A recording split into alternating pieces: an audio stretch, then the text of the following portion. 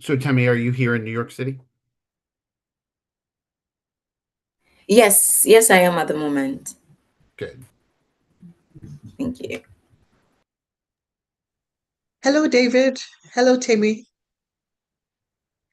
Hello, Delacqua. Good Dolapo morning. here. Good Good morning, afternoon Delapo. from Nice to meet you. Lagos. Good morning. Good to see you this morning or Yes, this So sir. Hi. afternoon. I know I have to switch over to saying good afternoon. Yes, good Oh, afternoon. yes, because I'm in Lagos and it's around 2 p.m. No.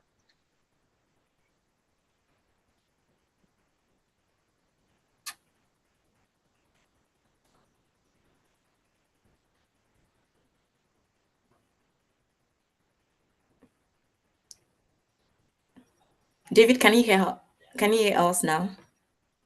Yeah, can you hear me as well? Oh, yes, yes. I think Okay. Delacqua was saying something to you. I'm not sure you got that. Uh, Oh no, it looks like she's muted right now.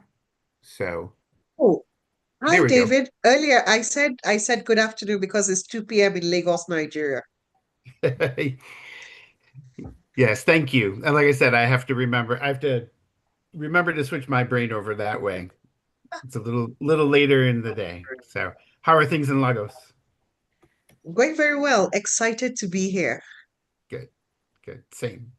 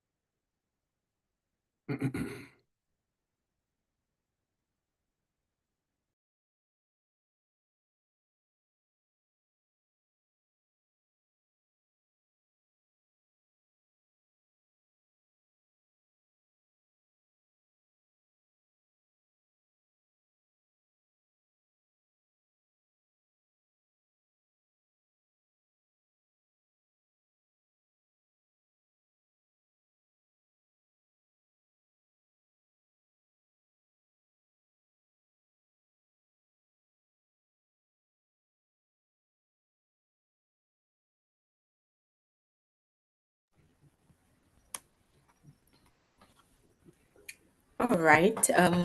Good morning and good afternoon again, everyone. Please confirm that you can hear me clearly. Oh, great. Thank you.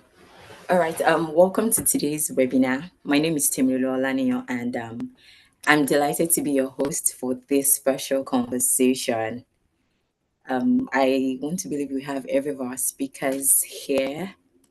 I'm just going to do a little introduction of everyone on the call. We have Dolapo Agbede and David Godon. We have Janet. We have Olalikon Owonikoko. Again, thank you all so much for being on the call this morning. This session is being held as a side event to the United Nations Global Assembly 80th anniversary. And the theme is data for driving inclusion. And today would explore how data can be harnessed to dismantle barriers, shape inclusive policies, and create opportunities for persons with disabilities and underrepresented groups generally. And we are so glad to have every one of you on this call. And with that being said, we're just diving into the conversation. And we'll be having Dolapo Agbede give the keynote address, launching us into the conversation proper. But before she goes on, I would like to read a profile. So, as a way of introduction, okay, so Dolapo Agbede is a DI expert, a transition coach, a tech neuroscience enthusiast with over 20 years of experience in ICT, payment solutions, telecommunications, talent management, safety, and sustainable business administration. As the founder and managing consultant at Way Paradigm Services Limited, Dolapo co-creates, implements bespoke data-centric, sustainable solutions for gender, multi-generational workforces, and disability inclusion.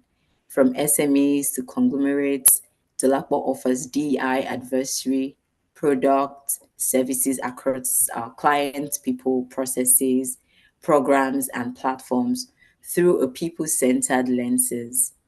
Delapoy is a disability inclusion advisor at the Joint National Association of Persons with Disabilities in Nigeria, that's JONAPID, the umbrella body of all disability groups in Nigeria, where she leads the multi-sector engagement on mainstreaming productivity opportunities for talents with disabilities.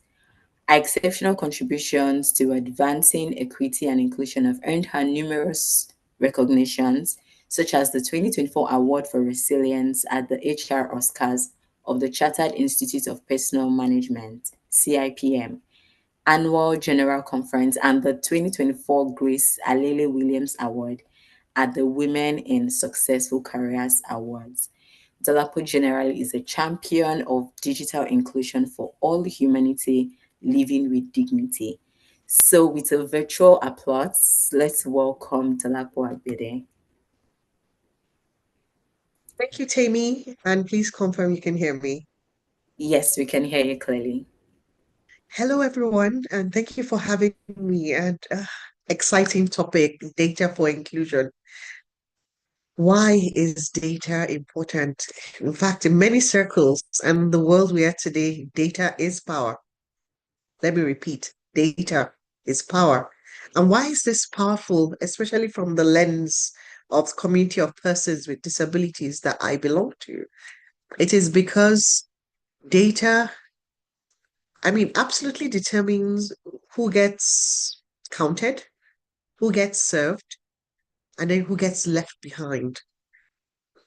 Based on available data, we can very quickly see who is counted, who is served, and who is left behind. And a reality is the fact that persons with disabilities, children with disabilities, um, as long as we're not captured, then the probability that we would be planned for, programmed for, taken into account when decisions are being taken or policies are being shaped is very low or next to zero. There's something which is almost as bad as no data at all, which is where you have locked up data. Where data is not disaggregated, how do you really meet the needs of the diversity of persons with disability? In our community of persons with disability, for us, it is clear there's no one size fits all, but rather we have nuances within even impairments, similar impairments, and of course the realities of the impairments being mild to severe, which definitely lead to different interventions at different levels, and of course different cost drivers. So if data concerning our community is not disaggregated appropriately, then how do you really plan for us? What is the problem when the data is not right? Not only are people totally left behind, but that exclusion, the barriers, the gaps are exacerbated. They deepen. And the inclusion that we've been trying to build that has been centered around the UN Convention on the Rights of Persons with Disabilities and tying closely to the Sustainable Development Goals, which seeks to leave no one behind. Then it's as good as why did we say it needs to be there if people are still not appropriately captured? What will be the benefit if data is better done? Number one, very quickly we can see what is immediately possible to do. We can know how to route needs. We can optimize where there is an opportunity to do better, and we can consolidate so that there is no waste. That will be some advantages of data. But whether we like it or not, across Global South, And developing countries, having appropriate data for inclusion still remains a risk. It impacts us, especially around our opportunities for education. Opportunities for education turn to opportunities for dignified and fulfilling work. Opportunities, lack of those, translate to a very poor lifestyle. And even when there are plans for safety nets, not everyone is captured. But what is going strong for developing countries, the global south, and especially us in Africa, is that we still have a very strong sense of community. We are resilient people. And so, for the little that comes, we max out what is possible, which is why the case to make data right, especially the digital world that we are in today, where if the data in the large language models that are being used by AI, for example, exhibit biases, then we'll just reinforce them and deepen exclusion. But if we're quite intentional about data and getting it the right way, getting it through lived experiences, getting it through what is accessible, what is available, like what the Access 360 platform does, or we get our data through appropriate reports like the States of Disability Inclusion Report, then with the right data, we can plan better. We can baseline where we are and have a forecast of where we are going. And we can redeepen the extent of interventions we want to do. And as I begin to wind down this, my call to awareness of how data for inclusion is really, really so important, it is going to be pretty important to know that without having the appropriate quality of data in place or the expansive quantity of the data to appropriately plan for the demographics that exist from infants to adults to the senior citizens, then we are reinforcing exclusion. We are sabotaging opportunities for better qualities of life. We are deepening leaving people behind. But as long as the consolidated efforts across all nations is that this should not be the case, then data sharing should be important. Data, clean data, and data revalidation should be important. There should be easy ways to update information, especially through lived experiences. And then there should be a continuous opportunity to have input from the end users, and we need to test the data that it is fit for use. And while we might not be there yet, I'm the first to say that with the trends that we see, the focus on having the right information, the right quality of data collected from the right demography of persons through surveys, focus groups with the right target group people, we're beginning to see that we're planning a bit better. Are we where we want to be? No, but we have lots of opportunities to see information about where it is working well, where it is successful. And I'm really glad that we'll be speaking to some of a platform and a report that demonstrates what needs to be seen for inclusion to be better built in. Getting the right data requires intentionality. And for all those who are gatekeepers, policy shapers, stakeholders in getting the right data, it takes a person who really cares to do the right thing the right way. So it's a call to action to us all. Please let's make sure that we're counting everyone who needs to be counted, because that's the only way that the data we gather will support us to serve who needs to be served. And it's the only way to ensure that no one is excluded, no one is left behind. I look forward to further conversations around this. And thank you, Team Project Enable Africa, for having me. Thank you, Tammy. Thank you so much, Madam Delapo. That was really insightful. And from all that you said, one of the things that I picked was that it is who is counted that is being served, right? And the right data requires intentionality. Lumped up data is as bad as no data. So when we're doing it, if we're having to go through the data route, we also have to do it right. I also picked on the benefits that you talked about, that seeing what the benefit of data is seeing what can be immediately be done, see what is immediately possible to do, and consolidate so there is no waste. Thank you so much for that speech, Madam Dalapo. Thank you so much. I would also like to acknowledge our online participant. Please, whatever questions that you have, kindly drop them in the chat box. I will pick them. I would also like to acknowledge the presence of the sign language interpreter. We have a sign language interpreter here for our hearing impaired audience. So now we'll go direct into the panel session, and as a way of introduction, I'll read out their profile also. And I'll start with David Gordon.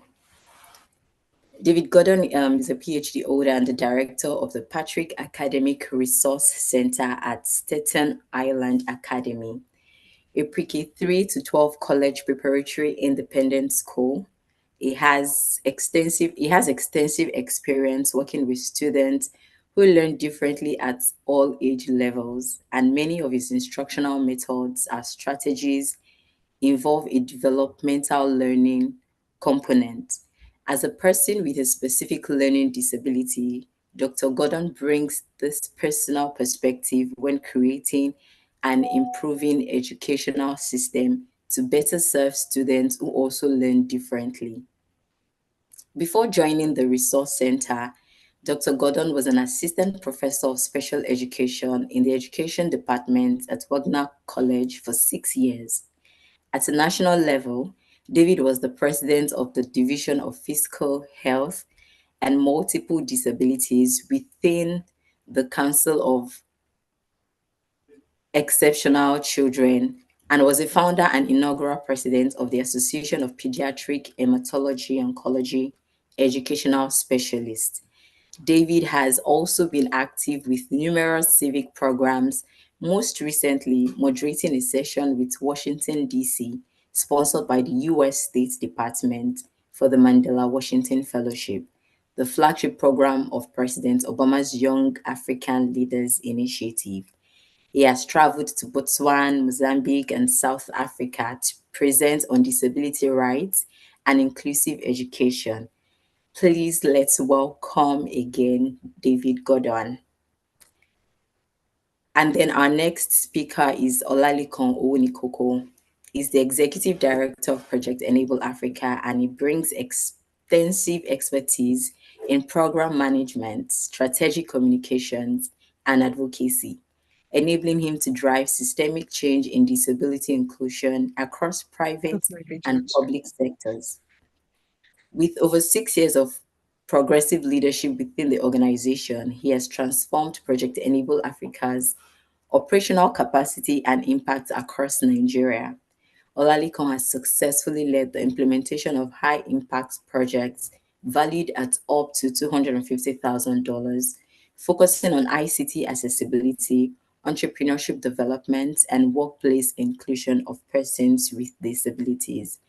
Under his leadership, Project Enable Africa has achieved remarkable milestones, including supporting over 5,000 businesses through comprehensive business development programs and facilitating employment opportunities for approximately 500 persons with disabilities through innovative workplace inclusion initiatives. Please let us welcome again Olalikon Owonikoko. Thank you. Okay, so before we go into the questions, does anyone have anything to say first? David Gordon, I think you would like to share a few things before we go straight into the panel conversation. Thank you, Temi, and Dolapo, thank you so much for the keynote. So much of what you said resonated with me. You know, for the past 10 years, I've really focused on that access to education, those opportunities for students with dyslexia, attentional disabilities, and things along those lines. And as was mentioned, I've had the wonderful good fortune of speaking regarding inclusive education and access to education in Botswana and Mozambique and South Africa. So I'm really looking forward to being a part of this panel and joining in on those conversations. Thank you. All right. Thank you so much for that, David. Does Olalekan also have anything to say? Thank you. Thank you so much, Temi. It's a great privilege to be here and then to talk about data as an extremely important part of driving change at the policy level, especially in our focus in Nigeria. And I look forward to our conversation today. Thank you. All right, thank you so much. All right, I'll be directing the first question to David, and then I would also direct a few to Dolapo, and then back to Olalekan. So, David, how have you used data and evidence to advance inclusive education? And what role will you say data play in dismantling barriers to learning? Thank you, Temi, and again, good afternoon, everybody. So about 10 years ago, I was a perfectly happy professor at a university on Staten Island, but an opportunity came to really look at creating a model that hadn't really existed before in the private school sector. So at that time, I was asked to come into Staten Island Academy and help them think about how to create a program called the Patrick Academic Resource Center. How could we make the private school accessible to students with learning disabilities, dyslexia, attentional disorders, high functioning autism, things along those lines. So we really looked at the data as far as the research and what was available and created a program that at the primary school level really focused a lot on what we call phonics, the combination of the sounds that certain letters make, sound symbol relationship, and also did a lot of work with occupational therapy and speech therapy, knowing that, again, using the data that's available, that the gaps in learning that students experience when they're older are happen at a foundational level when they're 3, 4, 5, 6 years old. So our premise was if we could do intensive work with occupational therapy, physiotherapy, speech therapy, and the foundational pieces of how language is structured, we could close that gap. So that was really what we started off doing. And as students moved up into the intermediate grades, again, the research and the data is really clear that when children are 9, 10, 11, 12, 13 years old, it's all about what we call executive functioning, how they plan, organize, their ability to follow multi-step directions. How do you put all of that together in a learning environment?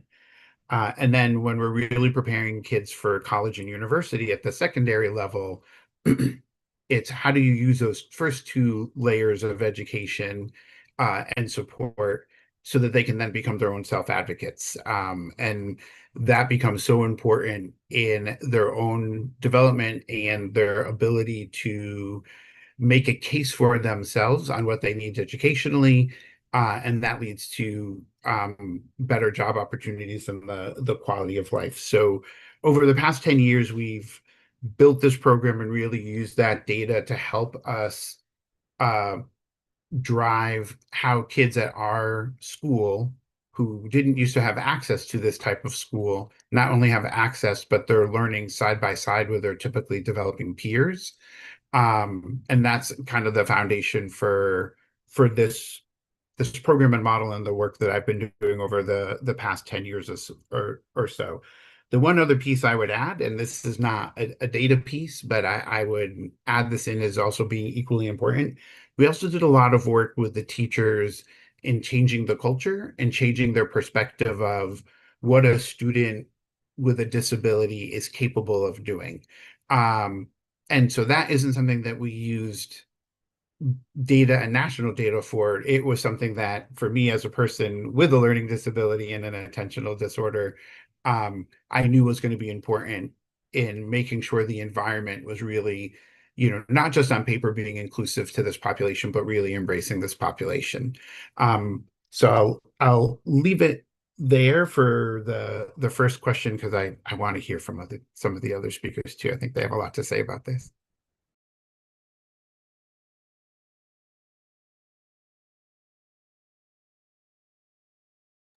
Uh, you're muted, Timmy. I'm so sorry. Thank you again, David. That was quite insightful. So I was saying that I would continue from where you stop and direct the next question to Dolapo, and to also hear a view, maybe in regards to what is happening in Nigeria, in Africa generally. So, Dolapo, could you please share some best practices that can be employed to ensure programs are inclusive, particularly in developing countries where we find ourselves? Thank you, Timmy, and great work, David. I mean, well done. So, over here, I think what has been the gaps have always been around people planning for a demography and not with. And that in itself has been a disaster. The areas where we're beginning to see some improvement is where people, persons, and I use the context of persons with disabilities now, um, we are now being involved in matters that concern us. In the collection of data, improvements are now being seen that there are surveys that are now in place that have disaggregated components. And when it's not expansive enough, you have the other option to indicate and then to write a description of what the other impairment or the other disability can be. Um, we're seeing also that there are more focus group conversations trying to mine the context of lived experiences of us persons with disabilities. So lots and lots of improvement in that direction. Still the gaps though. Information is gathered and the diversity is being better harnessed. Is it being used appropriately? Is it translated into the kind of visualization, into the kind of dashboards, into the kind of, I don't know, visuals that really bring the data to life to show where interventions are needed for high priority, and then what could wait a little, and then if everything should not wait, then what is done? So we're gathering better, but are we highlighting the contents, the areas to focus on better? No, that's still work in practice, which is what Access 360 offers to us. Is quite innovative. And that's why also, and then the reporting. When a person wants to do something and they're looking for evidence of what has been done before, where's the guideline of what to do? The state of disability report, yes, is one that I typically refer people to because it's properly done. Now we'll come to the last part, which is still a gap. How much is genuinely being done?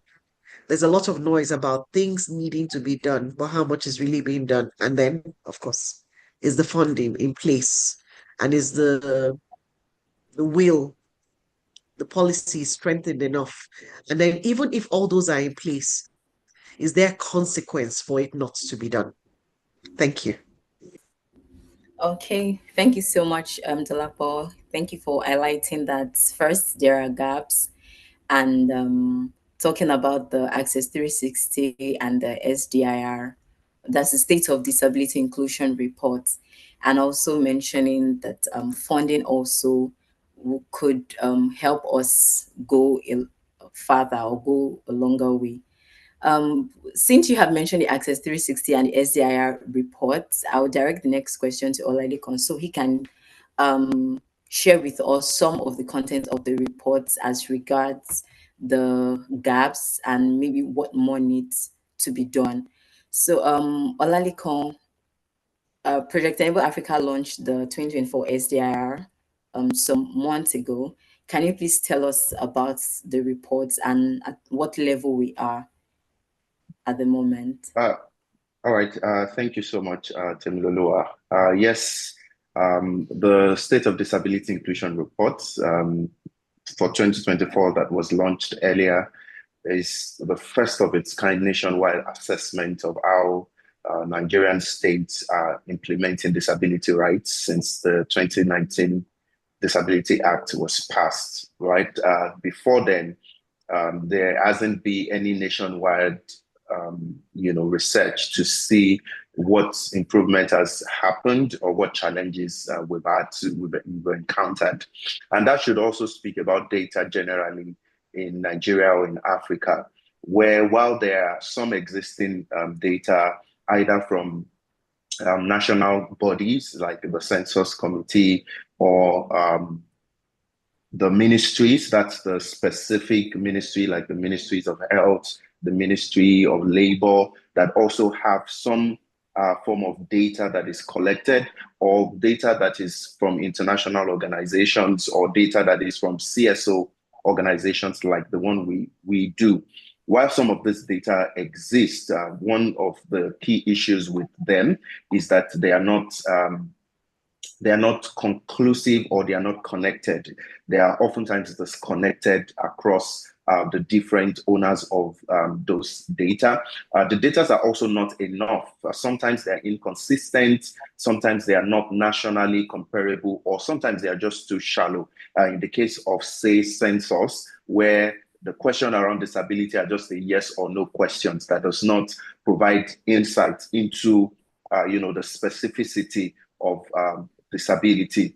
And sometimes the data across key sectors are also, they're fragmented, sometimes they're outdated, and sometimes they're incomplete. And that is what gave rise to the State of Disability Inclusion Report, which itself is an offshoot of our Access 360 platform, a platform that seeks to, bring disability data together. And the report evaluates inclusion across core thematic areas and across state levels in terms of employment, social welfare, health, education, and policy. Policy. And yes, the report, shows certain gaps that currently exist. And one of the fundamental gaps that the report highlights is that the Disability Act has not been domesticated or localized across the state. And the implication of that is that while the policy exists at the federal level, without the state adopting it and localizing it within their context, it means that within the states, there's probably no budget for it. There's no agency that should ensure and enforce that right. So out of the 36 states that we have, only about 15 have operational agencies, which leaves 23 states without disability laws. That is one of the biggest gaps, because no matter how brilliant the act is, without that state level implementation, then nothing can be done. There's a huge gap in infrastructure. Many of our public facilities are still not accessible, right? And that would also lend to one of the other gaps, which is once there is no agency, then it means that there's probably no funding for that. And infrastructure requires funding. Infrastructure requires that there is an active agency that is working on that, or that the recommendations of the law is enforced across all the sectors of the states. One of the other gaps is also the sectoral shortfalls that exist in terms of inclusive education. Apart from the lack of provision of inclusive education, there is no provision within the health sector that is specific to disability or that is disability responsive, right? While it's still possible for any person with disability to walk into the hospital, there is still a lot of gap in terms of accessibility for persons with disability.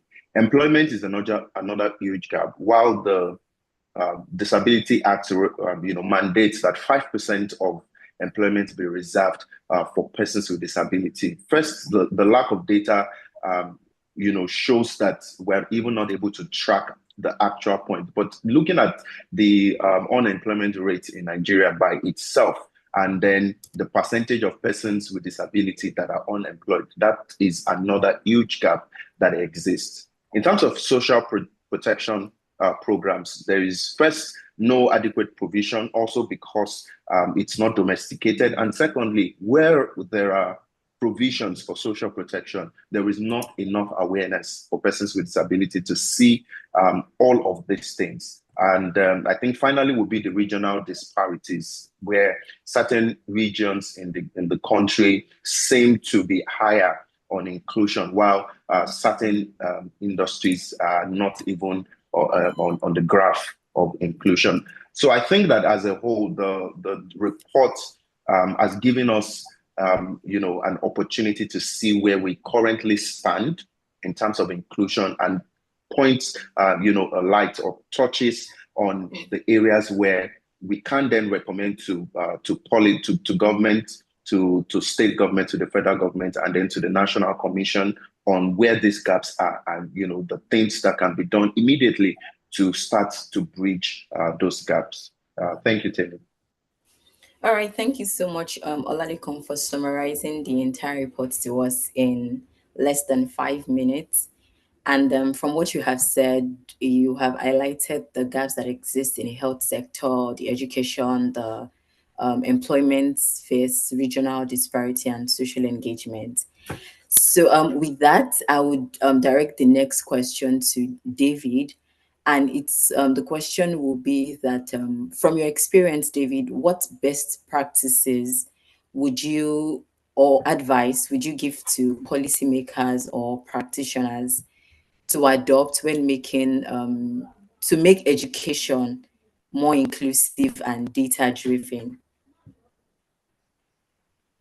Yeah, thank you. And just listening to both of our colleagues on this panel, I think whether we're talking about education or health or employment, it's oftentimes comes back to kind of some similar structural issues. And my sense is this may be the case in Nigeria, similar to um, some of what I'm working on with colleagues in Botswana and Mozambique. So I think, you know, from listening to this, I'll give an example. So in Botswana, if you suspect a child has a disability, but you need to have the child have some type of evaluation done by um, the government. In Botswana, it's about a 2.5 year wait before they can see somebody to get assessed for either occupational therapy or speech therapy or for learning. There's one center where all of these assessments are done in Gaborone down in the south. So if you live up in Maun, you have to figure out how you're going to get all the way down there when your time comes and then go through the whole process. So one center to do all the testing to figure out what a child might need to be successful in school, right? But then there's also a disconnect, which I've seen both in Botswana and also in Mozambique, and this kind of comes back to the regional and state piece. I think is probably maybe the case in Nigeria as well. Once you have the information and it goes back to the home school, there may or may not be anybody there that understands what the report is saying. The teachers typically or oftentimes are not trained on what that means in the classroom or outside of the classroom. And so the child still might have a lot of issues accessing education.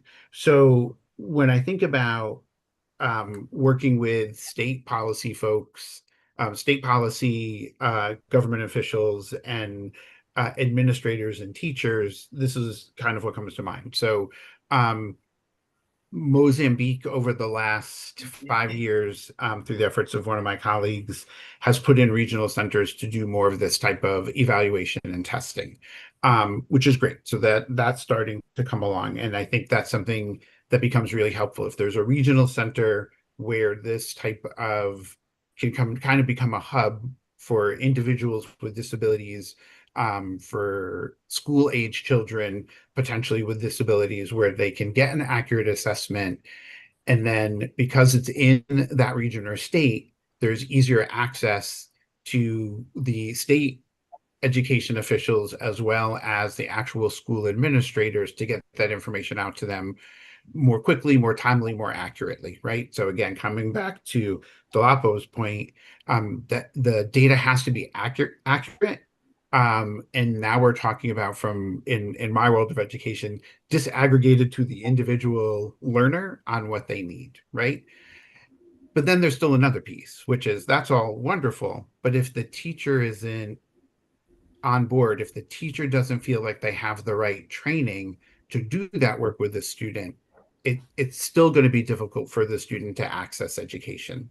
So to me, it's a combination of both the policymakers and the practitioners, right? So it's the policymakers allowing things and working towards things being more accessible at a state or regional level. It's getting the correct data on individual students or types of learners and types of issues. If a child has occupational therapy needs versus speech therapy needs versus um, learning and intellectual needs. And then it's training the teachers to know what to look for in the classroom so that they can start to become identifiers if they suspect some things, a disability might be happening with a child. And also, and I think maybe most importantly, making sure teachers have the tools they need to be able to work with these students and help them be able to be successful in that classroom, right? So um, again, if we look at what I've worked on at Staten Island Academy, that's a lot of what we've done. We had to bring teachers along who weren't trained in special education, explain to them that these students had every right to be in their classroom, and then work with them so they felt they had the skills to be able to meet those students' learning needs. And if it couldn't be met in the classroom, what are we setting up outside of the classroom for that to be successful? And then capturing that data along the way so that we have that data to refer to and kind of build from there.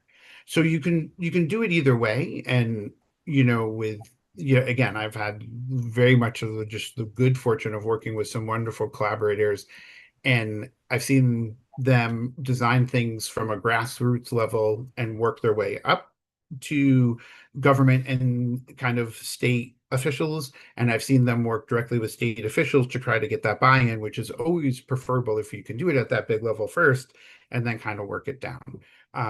But when I think about best practices in relation to data, it's getting it into the states, having those regional centers, and then setting up a communication mechanism so that that accurate information gets to the educational schools, administrators, teachers, and you have that buy-in.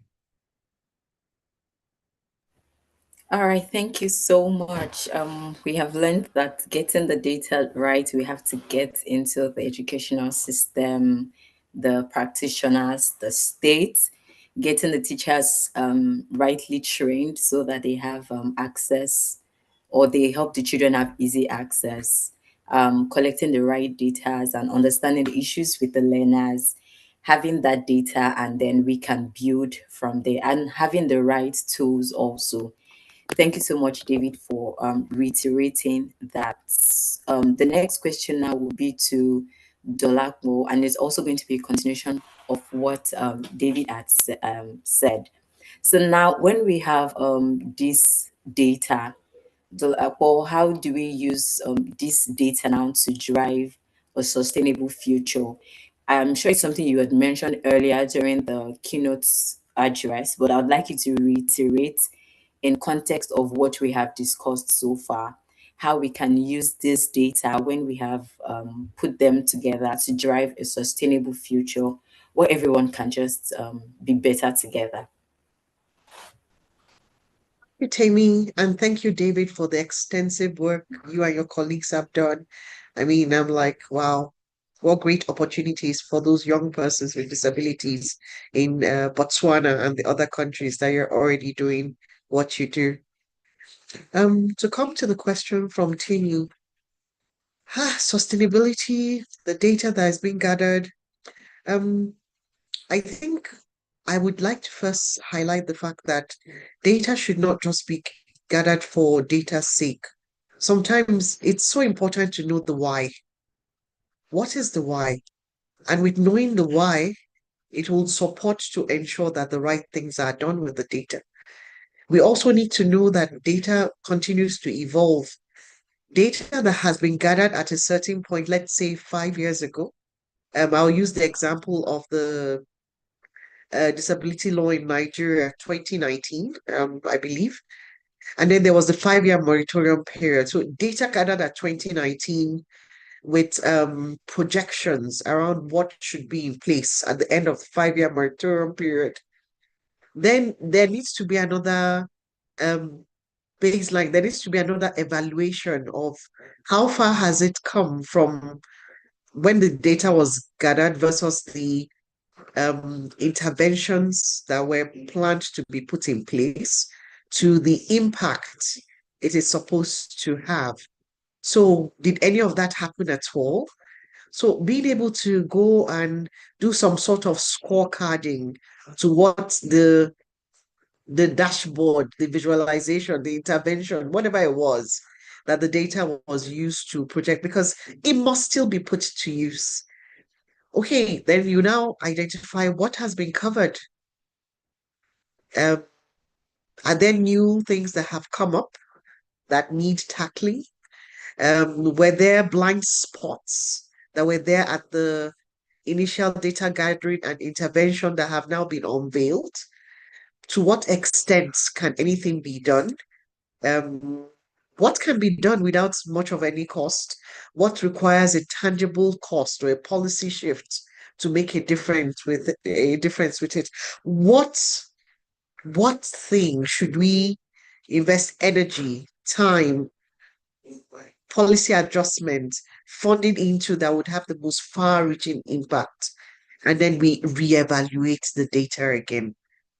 Because, as all of us human beings, day to day, month on month, year on year, we are evolving, we are growing, even in ourselves, our needs are evolving. For a person with a disability, maybe even the extent of support you require is evolving. Because these are our realities, right? So data will never be static. And the only way to ensure that we are optimizing where available, and we're also making sure that the scarce resources are put to best use for the wider and greatest possible impact, is to continue to revalidate. And this is where gatekeepers are so important. CSOT organizations of persons with disabilities ourselves, um, organizations that are mining the data, that are assessing announcements around interventions that are being done. We have a collective responsibility to ensure that the efforts that are put into gathering information are used for the reason why they are collected. And if these reasons expand, then we should evolve to cater to what has come up.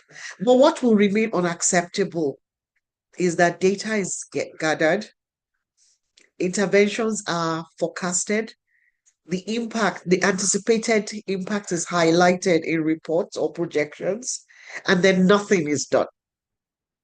That is when it's totally inexcusable.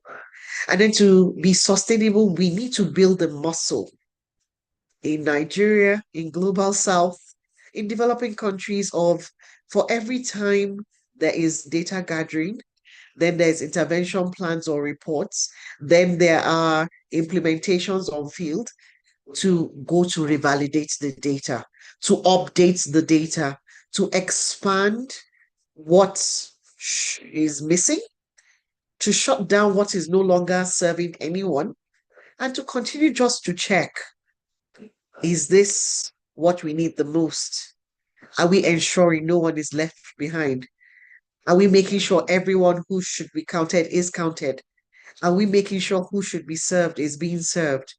And again, the biggest bit, are we making sure no one is excluded? Building that muscle to do that iteratively over periods of time, and that becoming our normal behavior to expand, evolve, outgrow, improve, create interventions. Building that muscle is what will keep data gathering alive and sustainability going with it, with impacts for all, especially persons with disabilities, top of mind. Thank you, Tammy. All right, thank you so much, Madam Dolapo. You kept mentioning that we should know why we are gathering data, and I think that that is very important so that the we'll know the use of it when we eventually have it. And then you also mentioned that data cannot be static. It needs to be updated. What's missing? What's happening? What's new? And when we have all of this, the impact should be highlighted. And then I love it when you said that we also need to build the muscle for sustainability. It just doesn't end at data gathering. Thank you so much. And now that that has been said, I know that this somehow will get to policymakers and practitioners. So I would want Olalekan to mention again how policymakers can leverage these reports, the Access 360, the SDIR, how these tools or these platform can be leveraged by policymakers to make practical and measurable changes in the states. All right, thank you, Temilolua, and thank you, Dolapo and David, for the insights that you've shared. I think that the first thing to do, which I think the conversation had started at the launch of the report, to get all the stakeholders involved to understand the reality of inclusion in the country, especially in light of the Disability Act. So most of the important ministries that are relevant to this, have a copy of the report. And I think the first thing is to go through it to see the actual, what the data says, to see what the actual data says, which is extremely important in understanding, what is currently happening. The second thing would then be to look at the recommendations and then to look at how each sector of the country, can draw from this. An example will be the enforcement of the disability agencies. I think that one of the things David said is the regional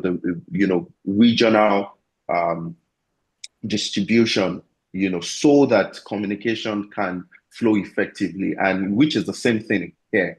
If the states are not owning the Disability Act, right, not so much can be done. So this, they can look at the report and see, some of the states where there are gaps, where there's almost zero implementation of the act, to then, know how to drive those states to create or to domesticate the law. The second thing is they would see the sectors, right, that are the specific sectors where there are huge gaps. Of course, all the sectors have some gaps, or the other, but there are some sectors that need immediate interventions, right? They can't see that. And then from there, draw out a plan, which would lead into including these recommendations in the planning and the budgeting of the nation as a whole, of policies. Oftentimes, what we see is that disability inclusion is like an addendum after after policies have been made. Then maybe someone comes in the room and like, you guys are forgetting inclusion. Let's add some elements of inclusion in this. But from what this report says, it means that inclusion has to be involved in the planning from the ground up, which also means that persons with disabilities have to be involved in the planning from the initial stage, not something that happens after most of the plans are set out. Inclusion has to be involved from the beginning, right? Which means that the funding, the budget, there has to be inclusion. One other thing is that there has to be a standardized disability measurement in state administrative system. System.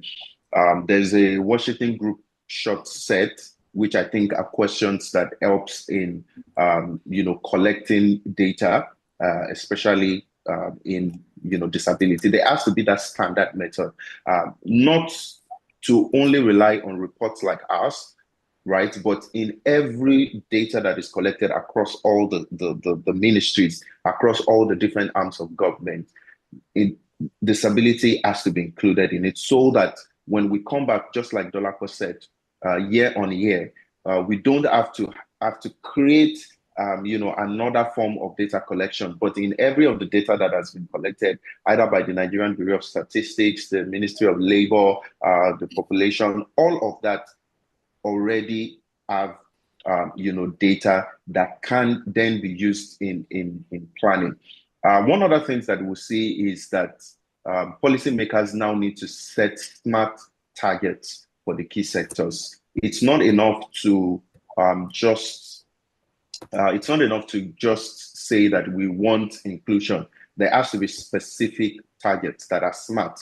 In the next 2 years in education, what do we want to achieve? What will be the indicators that we have made progress? In the next 5 years in our health sector, what do we want to achieve, and what will be the indicators that we have achieved this, that we have done this? And that means that a lot of monitoring and evaluation has to be involved, has to be created across projects that are done in the nation, and not just to provisions for monitoring and evaluation, but from the ground up, to ensure that we can track the progress that we're making, we can track what is happening. And I think that finally would be that the Agency for Disability across the nation has to be empowered. The current Disability Act does not have punitive measures. It just has provisions and recommendations. When there are no consequences for faulting the provisions or ignoring the provisions, I think that people would would decide to do whatever they have to do. So in the review that should happen to the Disability Act henceforth should be ensuring that there are punitive measures, so that action can be taken, and so that some people might be encouraged or inspired to then take action in areas where such are not being done. If a state government does not, meet certain quota or meet certain, level of inclusion, what are the consequences? If private organizations, are not taking up the responsibility in terms of employment, what are the consequences? I think these are the ways that, the policymakers can leverage what we are currently seeing in the report to then make changes, so that when in the next few years we can be able to measure and say this is the actual progress that we have made in terms of inclusion as it regards the Disability Act. Thank you, Tanya. All right, thank you so much, Olaleko. I completely agree with the part where you said that inclusion has to be involved from the initial stage. And this also, aside the funding and the budgeting, this also cuts across the building of the infrastructures, so that when these buildings are already erected and the audits process starts, they do not find, or we do not find faults, and then there is the conversation of, oh, we can't break this down and all of that. But when persons with disabilities have been involved from the beginning, it makes all of the necessary accommodation and accessibility easy. So the standardized disability involvement, thank you for sharing that. And then you also mentioned that policymakers need to set smart goals, smart targets rather, for the different sectors, and that there should be consequences for ignoring the Disability Act. I'm particularly looking forward to when this these measures rather would start. Before we go on, I would also like to mention that we're supposed to have one of the speakers who was not able to join in the conversation. That's Cindy Ikeaka. She's the senior development specialist at World Bank. And then I've shared some of her views on this same conversation, and I'll just take a few seconds to read her responses out before I go on with the questioning. She said, and inclusive data is essential for a sustainable future as it fosters fairness, accountability, and trust. At the World Bank, we recently launched a disability data hub, a free global resource that provides access to disability disaggregated data across various development indicators and sectors.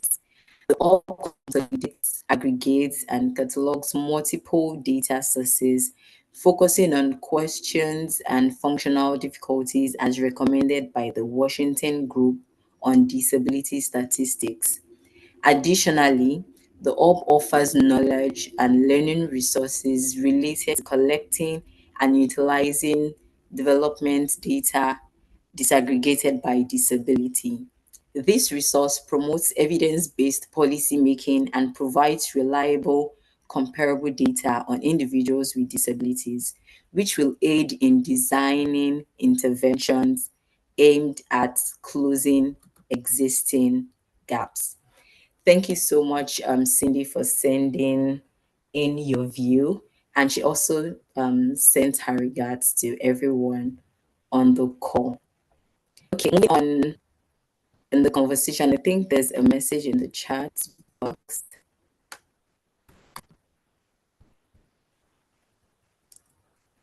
Okay, David said, one thing I would mention as a way to raise awareness with policymakers is something we'll call MP days. This is when you can have persons with disabilities, regardless of type of disability, to go to local MPs to talk about the needs of persons with disabilities. It's typically a one-day event that happens across the country with as many of the MPs as possible. All right, David, I'll let you speak on that a little Sure, extensively while I throw the last question at sure. you. Yes. So, in your view, what opportunities exist for leveraging data and technology to accelerate progress towards inclusive education, particularly in Nigeria and beyond? Like, what would you say, or how would you help us spotlight opportunities that exist for leveraging data and technology? Yeah, so actually I'll kind of tie these together. So when you talk about leveraging, for me, that typically means helping policymakers see the need, but also see the individual and the number of individuals behind the need. So in here in the United States, it's typically referred to as Capitol Hill Days, where an organization, be it a national organization, um, will have everybody try to see either the senator or the House of Representatives person all on the same day. So, for example, there's a cancer organization called Leukemia Lymphoma Society, and they take over Washington, D.C. that day because they have meetings with every, senator and House of Representatives member so that their issue is in front of them that day and to try to make that case. I think in the states where we haven't done a good job in relation to persons with disabilities is typically the way our funding mechanism is set up here in the United States, the different organizations or different types of disabilities are competing over the same funding dollars. So it has oftentimes been difficult to get multiple organizations representing different types of disabilities to engage in something like this at the same time.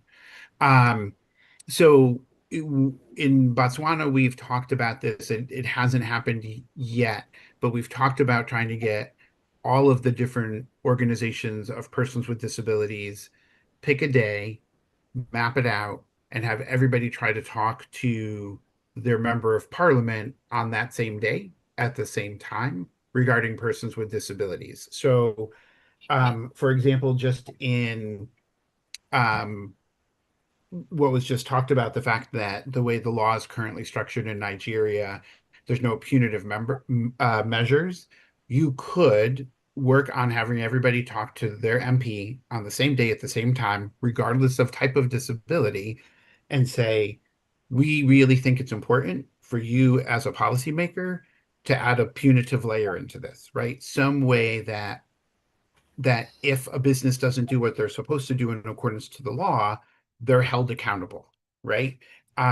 Or if there's no mechanism currently to say if a business isn't doing what they're supposed to do, which government entity does a person with a disability reach out to say this company isn't doing what they're supposed to do, right? So that it's on record, so to speak. So when I think about kind of those next steps, those big steps, how you can use data with policymakers, those are the things that kind of come to mind for me automatically. Um, because it's again, it in the UN, I speak on this in relation to persons with disabilities. There are different ways to advocate. There are different ways to get your point across to legislators and policymakers. Sometimes it's, much more, protest in orientation. But I think this method is a really good method to engage them in the conversation and get them to start to care and see. It's hard to it's harder to ignore persons with disabilities if they're right there in front of you asking for something, on the same day at the same time, because then as members of parliament, you're talking to one another to see what that day was like. And then hopefully you find a couple of champions in that can start to push the agenda forward, either at the state level, a local level, or a national level. So hopefully that helps. The other piece I would say is we kind of already talked about, which is how do what is the evaluation process for persons with disabilities? How easy is that to get into the hands of the school administrators and the school teachers? And then what's the follow-up with that so that if I'm a teacher, it I feel like I have the tools to work with this student and be successful. And it's not just, oh, this student is in your class, you need to figure it out, right? Like we're thoughtful about how we do it. I think as next steps, those are the things that kind of come to mind for me. All right. Thank you so much, David. Um, thank you for lending your voice to this conversation and reminding us that more of advocacy is better than trying to go the protest route, and that when PWDs actually engage with policymakers to ask questions, it's more impactful. Thank you so much, and thank you to everyone who has said something on this call. I don't know if you have questions, any questions from the other participants or anyone on the call, or any contribution. So if we do not have any yet, I would want the speakers to give like a 30 seconds or 40 seconds last word on this conversation. It could be advice, it could be what we need to do better. If it's something you said before, you could reiterate it so that it stays longer in our memory. So I'll start with Dolapo. Ladies first.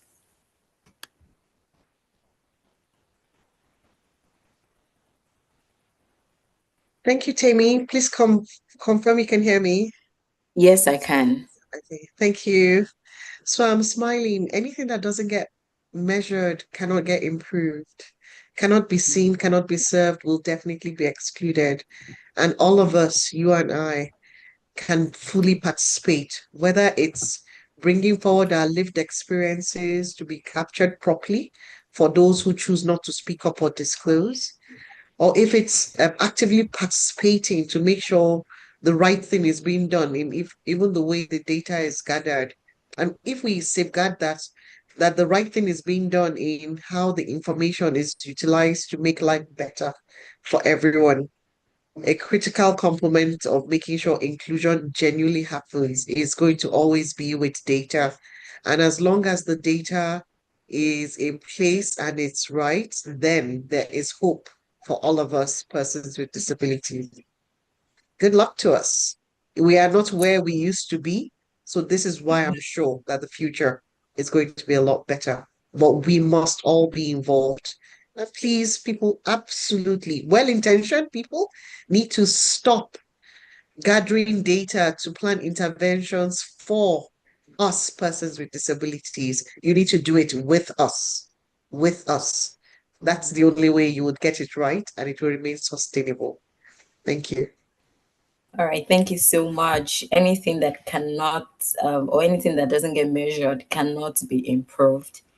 And the interventions for persons with disabilities should be with persons with disabilities, not only for persons with disabilities. Thank you so much, Dolapo. Olalekan, over to you. All right. Thank you. Thank you, Dolapo. Thank you, Timmy. I think that my last words would be I hope that when policymakers watch this or listen to this, they can realize that it's not enough to make policies. There has to be smart, actionable steps, or better still, the policies have to translate into budgetary frameworks that then shows that there is a commitment to that policy. Because a policy without a budget attached to it is mostly not going to be get done because when it comes to implementation, there has to be the commitment of the government. So our policies must translate into actual budgetary framework. And this is one of the things we've learned. That there's a state that in trying to domesticate the Disability Act got to a point and they said there's no funding for it. It's too expensive, right? So if there is a budgetary framework from the federal government or from the highest level of government, it then becomes easier for the state government to implement that. And of course, that should be followed up by punitive measures to ensure that it's not just a provision, but it's an actual law that can be followed up with, that can be measured, and that there can be consequences. Thank you. All right. Thank you so much, Olalekan. It's not enough to make policies, there should be commitment. And policies must translate to actual budgetary framework. That is noted, and I hope that this gets to the policymakers and they also work on it. Thank you. Over to you, David. Your last word for us. Thank you, everyone. So first, I just have to acknowledge I learned so much from listening to Dolapo and Olakin today.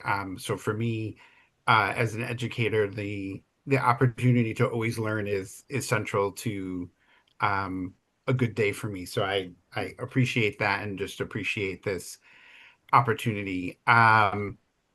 As we've been talking again as an educator, to me, if there is an effort and an ability and a way to allow persons with disabilities to have access to education, it sets the foundation for them moving forward through the rest of their life to have as good or the best quality of life as possible. And to me, that is central always in the efforts. Everything that we've talked about in relation to collecting the correct data, making sure it's aggregated in a way that it's accurate, getting it to the proper policymakers, and educational administrators or health administrators or occupational administrators and employment administrators, that becomes the crucial middle step. I want to take a moment just to acknowledge, and Dolapo, I think, kind of alluded to this. There's a generation of persons with disabilities that certainly came before me that allowed me the opportunities to do what I'm doing now, that if I was born even 20 years earlier than I was, being an educator, earning a PhD would not have been something that I would have had the opportunity to do. So I'm very thankful for the generation of persons with disabilities before us, allowing those opportunities for us. Similarly, we have that same responsibility. The current generation of individuals with disabilities, to keep things moving forward, keep working towards having them become better for the group of individuals with disabilities that are younger than us, coming up behind us. um, I think there's also an opportunity, especially through data, that we can share information much more quickly and much more accurately.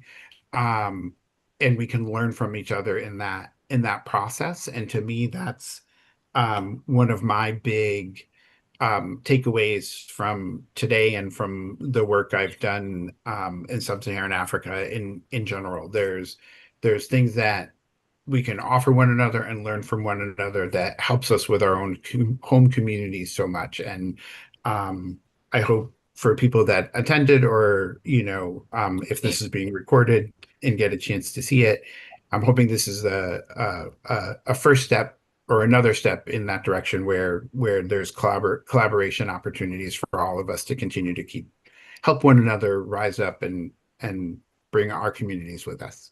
Thank you. All right, thank you so much, David. Education for persons with disabilities is the foundation, and not just education, but education that they can access.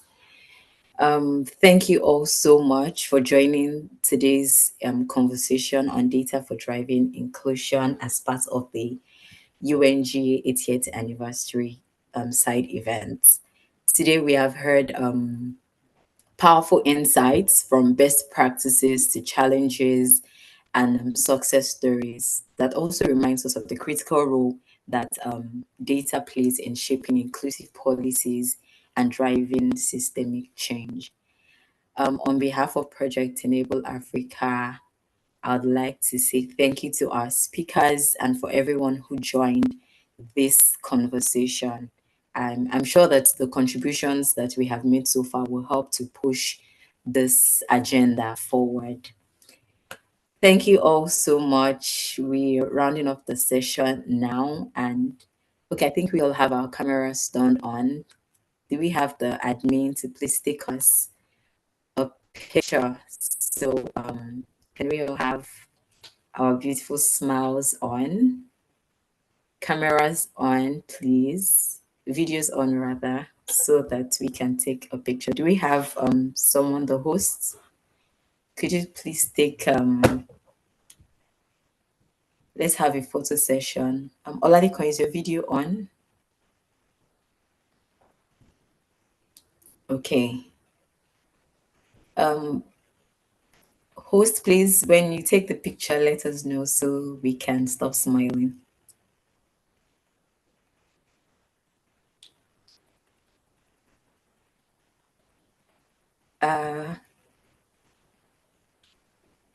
Okay. Waiting for Dolapo. Oh, I okay. think, but I'm not sure Dolapo's video is turned on. So you probably just take from. Oh, Okay, no, it's on. she's here. Oh, it's She's on here. now. She's Okay. here. All right. All smiles.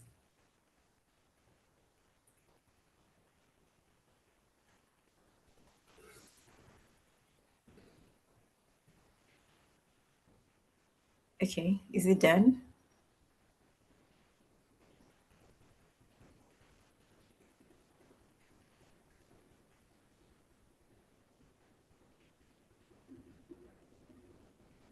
Is it done now? Yeah, I think, yeah, it is done.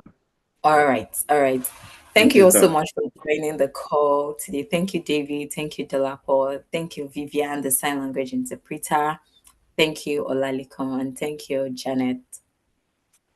All right. Enjoy the rest of the evening and morning.